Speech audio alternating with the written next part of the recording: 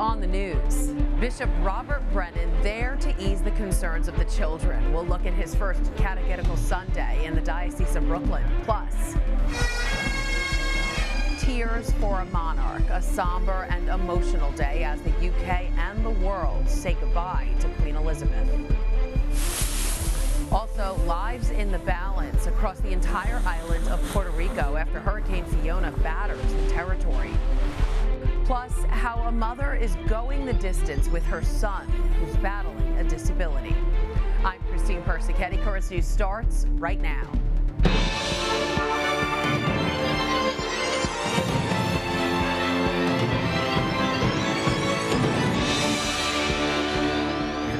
Many children being formed in the faith in different ways through schools or through religious ed. Bishop of Brooklyn Robert Brennan visited the youth of the diocese as they begin forming their faith. It was Bishop Brennan's first Catechetical Sunday in the Diocese of Brooklyn. He sat down with students and catechists who are beginning their journeys to a deeper faith. Currents News' Jessica Easthope has the story from South Ozone Park. Make sure that we're passing on that gift of faith. It's a responsibility all Catholics bear, share the faith with others. Catechists across the world were recognized and celebrated on Catechetical Sunday this weekend. Last year, in the Diocese of Brooklyn, catechists taught 20,000 students. Without the catechists, our programs in our diocese would not be able to provide the evangelization, time, talent, and treasure that we give to our young students. This was the first normal start to the catechetical school year since the pandemic, and Bishop Robert Brennan's first in the Diocese of Brooklyn. He visited Our Lady of Perpetual Help in South Ozone Park, where he was met by some shy kids. As shy as some of them are, they also, there's a great openness to God, the ways that they want to learn and the ways that they want to deepen their friendship with Jesus Christ. Bishop Brennan said though it's up to students to be open once they're in the classroom, the effort starts with their parents. It takes planning and some sacrifice to be able to make sure your children are getting this religious formation. Catechists say the faith formation students get here can last a lifetime. We give them a foundation for life based on Jesus Christ and his Blessed Mother. We give them a way to follow for life and to be happy with him in this life and forever. Last year, the Diocese of Brooklyn had more than 3,000 catechists. The goal is to attract even more in an effort to reflect the diversity of the Diocese of Immigrants. So the more we can get the word out that every baptized Catholic is a catechist, every baptized member of the faith is welcomed and welcoming, the stronger we'll be. The Diocese of Brooklyn will incorporate information and feedback from synodal listening sessions into catechesis programs across its 177 parishes. Jessica Easthope, Currents News.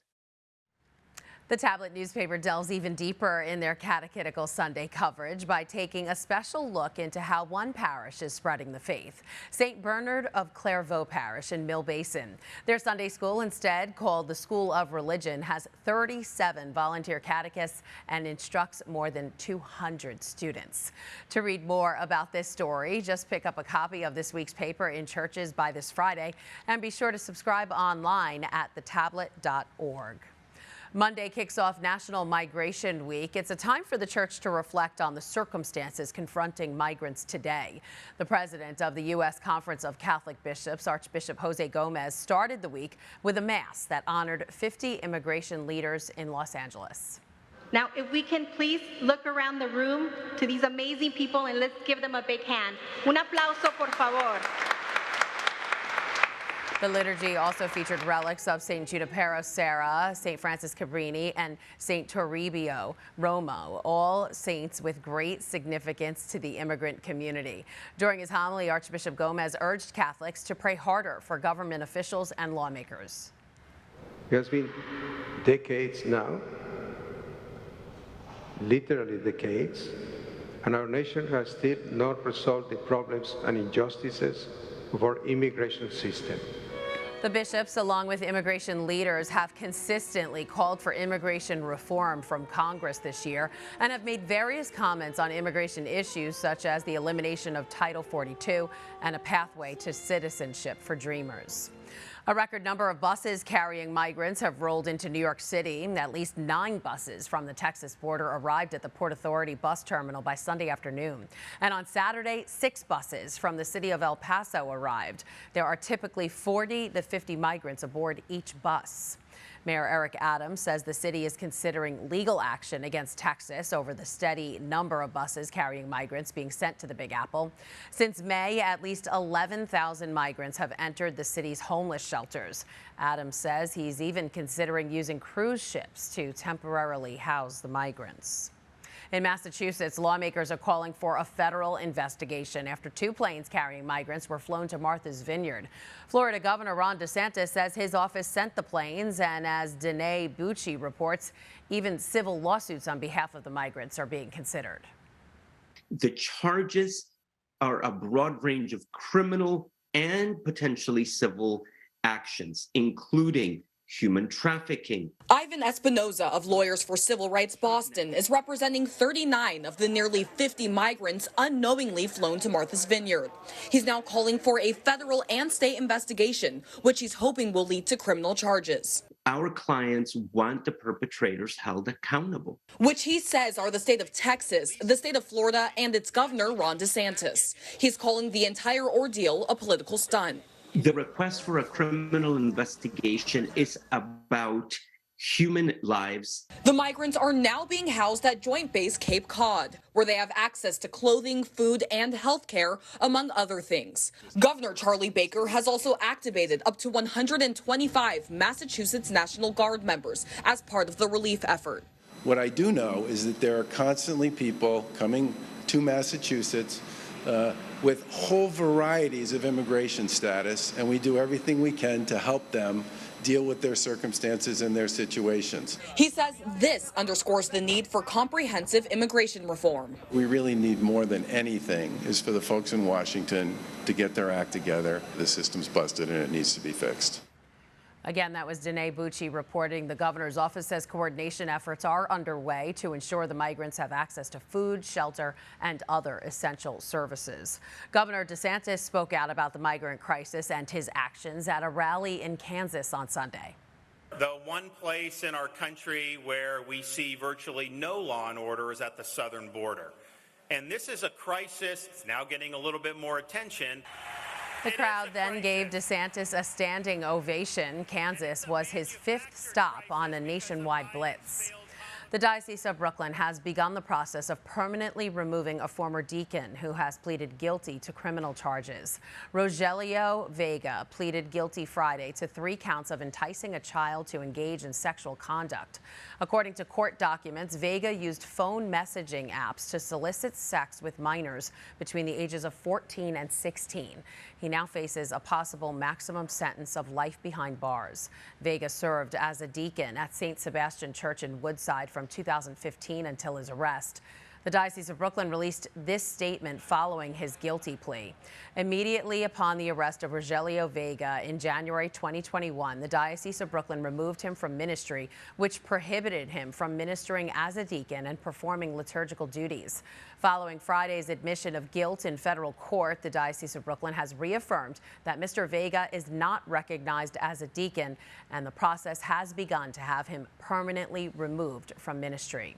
The Diocese of Brooklyn has been committed to helping victim survivors of abuse. They have done so in the following ways: creating the Office of Victim Assistance to help individuals who come forward with allegations of abuse. The office provides counseling, referrals for therapy, and other important resources. Every employee of the Brooklyn Diocese, including students, undergoes mandatory training designed to spot the signs of abuse and how to stop it. In the Brooklyn Diocese, the bishop met with survivors and listens to them carefully. One result of those talks was the annual Hope and Healing Mass.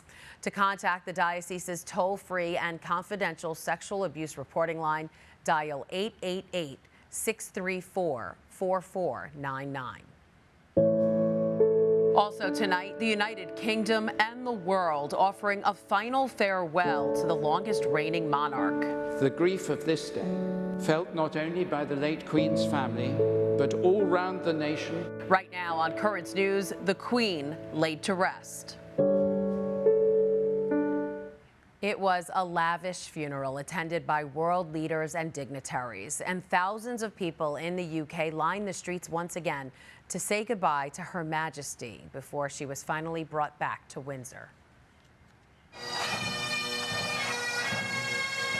A somber day for the United Kingdom as the world says goodbye to a queen whose reign spanned 7 decades, the longest reigning monarch in British history. Let us give thanks for Queen Elizabeth's commitment to the Commonwealth throughout her reign. And throughout her reign, the Queen's commitment to the Church was on display in her role as defender of the faith.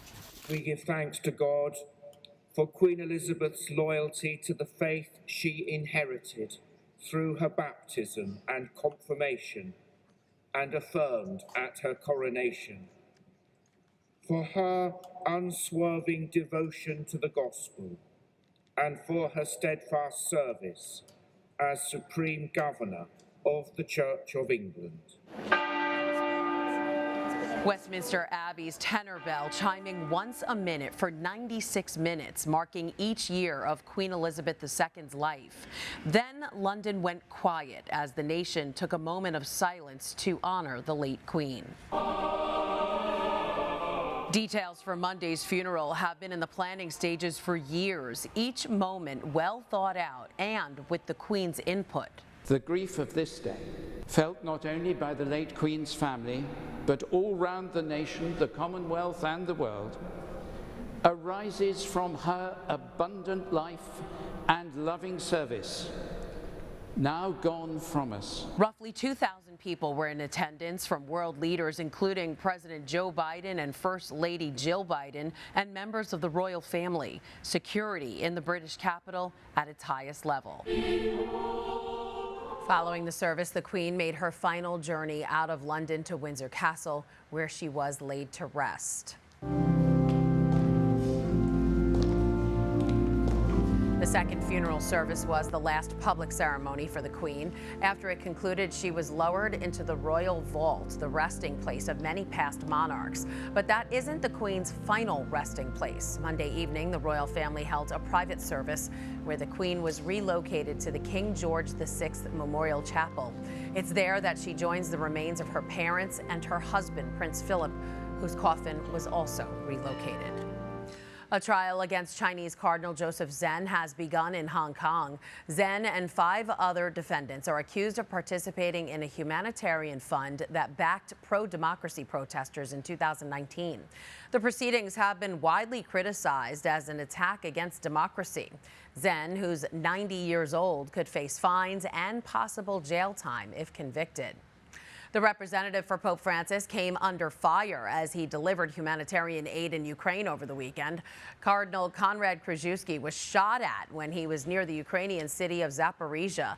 Luckily, Krajewski was not hurt, and he then continued his mission of delivering food, rosaries, and spiritual closeness in the name of Pope Francis. This is the 4th time the Polish-born cardinal has visited Ukraine since Russia's invasion back in February. There's a lot more news headed your way. The scope of the flooding and damage is hard to take in, especially in a country still recovering from previous national disasters. Puerto Rico hit hard by Hurricane Fiona. Now the rescues are underway. Also, it's a larger-than-life puppet that's bringing a big message about unaccompanied refugee minors. Little Amal, as she's called, making a stop in the Big Apple. And a celebration for Mexico's Independence Day hitting the streets of Queens.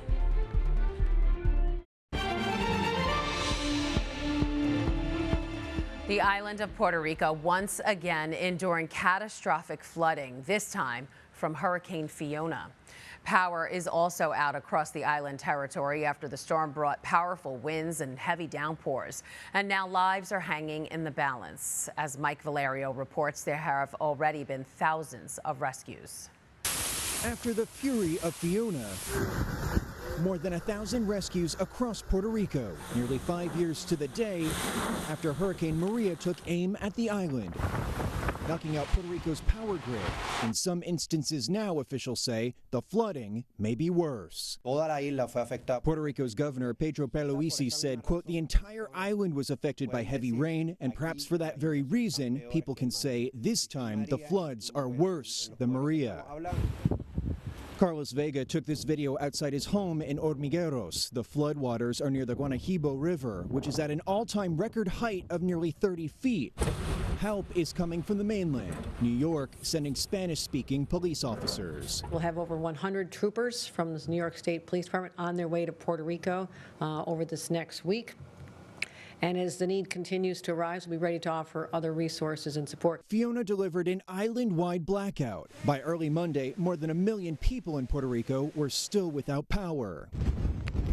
In eastern portions of the Dominican Republic, forecasters say life-threatening flash and urban flooding is likely through early Tuesday. Fiona is expected to strengthen in the coming days, nearing Bermuda by the end of the week. The National Hurricane Center calls for Fiona to reach Category 3 by Wednesday, making it the first major hurricane of the year in the Atlantic. Mike Valerio, Currents News. As Mike said in his report, Fiona hit just one day before the 5th anniversary of Hurricane Maria. That storm made landfall on September 20th, 2017, and it claimed more than 3,000 lives on the island. Maria also brought massive damage to the aging electrical grid, which led to widespread outages that stretched on for months. Turning now to a big story for people in the pews across the United States. Your voices are being heard. The U.S. bishops have released their national synthesis, which gathers the thoughts of hundreds of thousands of Catholics who took part in the worldwide synod process. According to the USCCB, an estimated 700,000 participants took part. There were more than 30,000 opportunities for Catholics to participate in the synod through in-person and virtual listening sessions, as well as online surveys. Broken down even further, it's estimated more than 22,000 reports from individual parishes and other groups were sent in. So let's take a look at what the people want from the church. They want to draw closer to God and each other through a deeper knowledge of Scripture, prayer, and sacramental celebrations, especially the Eucharist. They also want stronger formation, making clear the importance of evangelization as we continue to live out the church's mission. Finally, people of faith want us to attentively listen to one another, both inside and outside the church, and to communicate better. So what's next for the process? The U.S. Synod team will get together with the Canadian Synod team for the continental phase. Regional listening sessions for both countries will happen during winter of 2022 and early 2023. The teams will then gather in late winter of 2023 to compose the continental document, and the universal phase of the Synod will be held in Rome in October of 2023. A giant puppet hit the streets of New York City, and it's bringing with it a big message. Little Amal is a 12-foot puppet of a 10-year-old Syrian refugee girl. She's on a worldwide pilgrimage to raise awareness of the plight of unaccompanied refugee minors. On Sunday, she stopped at Manhattan St. Patrick's Cathedral, one of 55 New York events welcoming Amal over a 3-week period. She was crafted from natural cane and carbon fiber by dozens of artists and needs 4 puppeteers to help her come to life. Also hitting city streets, a celebration of Mexico's Independence Day. Hundreds from all Latin American continents gathered at Mary Gate of Heaven Church in Queens to celebrate their Hispanic heritage, performing traditional dances and singing traditional Mexican songs. They even had some delicious foods such as taquitos, tostadas, and tamales, making me hungry.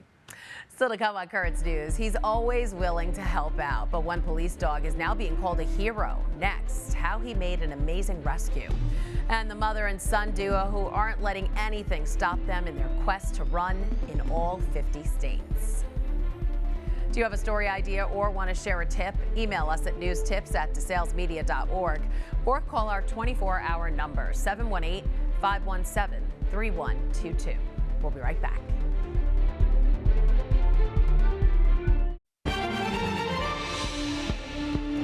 A police dog in North Carolina is being called a lifesaver after helping find a missing woman. Officer Roki, a Czech shepherd with a sharp sense of smell, led sheriff's deputies to the spot where an elderly woman wandered off to in the middle of the night last week. It was dark and rainy, but Roki picked up her scent in an overgrown field. This picture captured the moment she was found. When I saw it, it's the most awesome picture I've ever seen. I'm gonna have that one framed at the house, so that means the world to me. It took Roki just 40 minutes to find the missing woman. Now to another incredible story, this one out of Virginia. A rising star in the running community there who has never taken a step in a race, but he always reaches the finish line thanks to his dedicated running partner, his mom. Greg McQuaid has the story of this mother-son marathon team. Ready? You got this? Your legs are feeling good? Kim Misham always goes the extra mile for her son Woody. Lean forward. 1, 2, 3, boom. Woohoo, fist bump, that was beautiful. Lifting her 32-year-old son into the family's vehicle is a routine she executes often. All right, kiddo, you ready? Their destination, a familiar place. Gotcha, bud. But look at you now. Head up, look good. You ready? Swift Creek Reservoir. So pretty, isn't it? This is like my favorite place because you just run along the water. The pair is a fixture on the reservoir's trail. It's always a pretty run, isn't it, Woody? Yeah. Kim and Woody are prepping for not one, but 2 marathons this fall. And we're training for Marine Corps Marathon and Richmond Marathon. Our goal is to run 2 marathons in 2 weeks. Woody's journey has been fraught with challenges. Well, he's a normal kid. He was extremely shy and just a nice kid. 11 years ago, just before his 21st birthday, the one-time lacrosse player who attended Hampden-Sydney College was diagnosed with a rare genetic disorder called Wilson's disease. It affects the entire family. For like 2 or 3 years, our entire life was centered around Woody. The condition left Woody unable to control his muscles, swallow, or speak, but his mind remains sharp. He was a physics and chemistry major. He was a huge gamer. Halo was his game of choice. Wilson's affects 1 in about 40,000 people. It can be fatal if not diagnosed. There is no known cure. But he's all there and he's very happy. And emotionally, like whatever he's feeling is full on. Woody's debilitating condition is not preventing him and his mom from enjoying the great outdoors together, where their bond grows stronger with every stride. We're definitely closer now because I take him away by myself on a weekend and he's stuck because he's stuck with me now. True? While running is a solitary endeavor, Kim cannot envision competing without her partner. I mean, I'm in way better shape than I was when I was 40, honestly. And it's because I'm pushing him and I'm not going to stop because he loves it. I mean, how do you not do this for him? Again, that was Greg McQuaid reporting. The goal of this mother-son team is to run half marathons in all 50 states, and we wish them luck. And that is Currents News. I'm Christine Persichetti. Thank you for joining us because we are putting your faith in the news. We leave you now with another look at the final farewell for Queen Elizabeth II. Hope to see you again next time.